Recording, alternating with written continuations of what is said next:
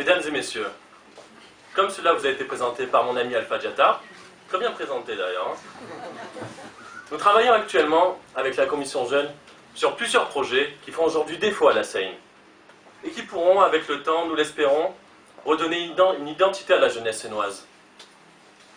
Les jeunes ont besoin d'un nouveau lieu de rencontre et d'échange. Pourquoi? On a une nécessité de se retrouver au travers d'un repère. Un repère qui aura une fonction de guichet unique pour les jeunes de 16 à 25 ans, jusqu'aux jeunes actifs. Celui-ci sera composé de thématiques précédemment évoquées, le logement, l'événementiel, mais aussi des questions majeures qui concernent évidemment l'emploi, l'orientation professionnelle, avec pour objectif de proposer une véritable alternative au BIJ, Bureau d'information jeunesse, au Pôle emploi, à la mission locale et aux autres organismes qui sont aujourd'hui, il faut le reconnaître, parfois un peu dépassés, et ce, sur le suivi et l'accompagnement des personnes en difficulté, notamment par le manque d'accès à l'information.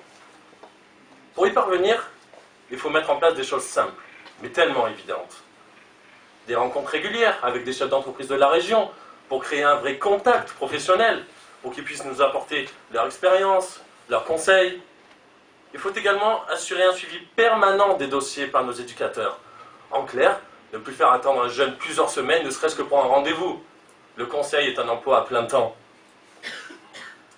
Des solutions doivent être également mises en avant en matière de logement aux jeunes actifs. Autant sur la location que sur l'acquisition d'un premier bien immobilier. Je vous dis mise en avant, car ces solutions, elles existent. Le primo-accédant, pour vous donner un exemple, est une mesure nationale qui connaît par exemple aujourd'hui un succès à Marseille. À la Seine, on en a les moyens. Alors pourquoi ne pas le faire? Ensuite, ce qui nous paraît aussi important, avec le cadre magnifique que nous offre notre ville, il faut faire vivre l'existant. J'entends par là mettre à disposition, entre autres, aux associations sénoises, des lieux tels que la salle Apollinaire, le fort Napoléon, la salle Tizot, le fort Balaguier, pour permettre à nos jeunes talents de s'exprimer plus librement, avec notamment la création d'événements culturels au cours de l'année, pour mettre ces artistes en avant. Enfin, autre projet de notre équipe, apporter un nouvel élan en créant de véritables lieux de vie festifs au centre-ville. Nous pensons à la place Perrin et à la place Benoît-Frachon, place qui restera d'ailleurs toujours pour nous la place de la Lune. Celle-ci présente un potentiel aujourd'hui inexploité. J'entends donc par là réaménager ces deux places, pour qu'elles deviennent des lieux de rencontre et de détente, pour les jeunes, mais aussi pour tous, parce qu'il s'agira de restaurants, de bars à thème, de brasseries. Et oui, nous sommes jeunes, mais nous pensons quand même à tout le monde.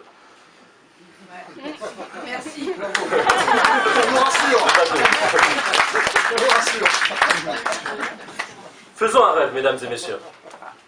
Imaginez la place de la Lune avec de grandes terrasses, des lumières, de la musique, un projet en parfaite adéquation avec les ateliers mécaniques et la redynamisation du centre-ville centre ancien.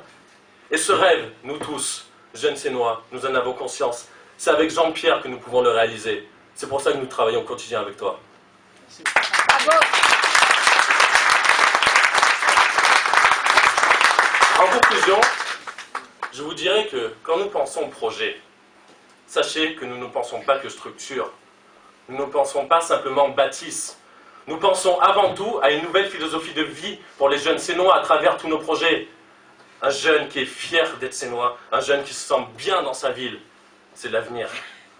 Et je remercie encore une fois Jean-Pierre de nous accompagner dans cette aventure. La parole est désormais à Nathalie De Gaulle avec un autre sujet au cœur des Sénois, la petite enfance. Bravo.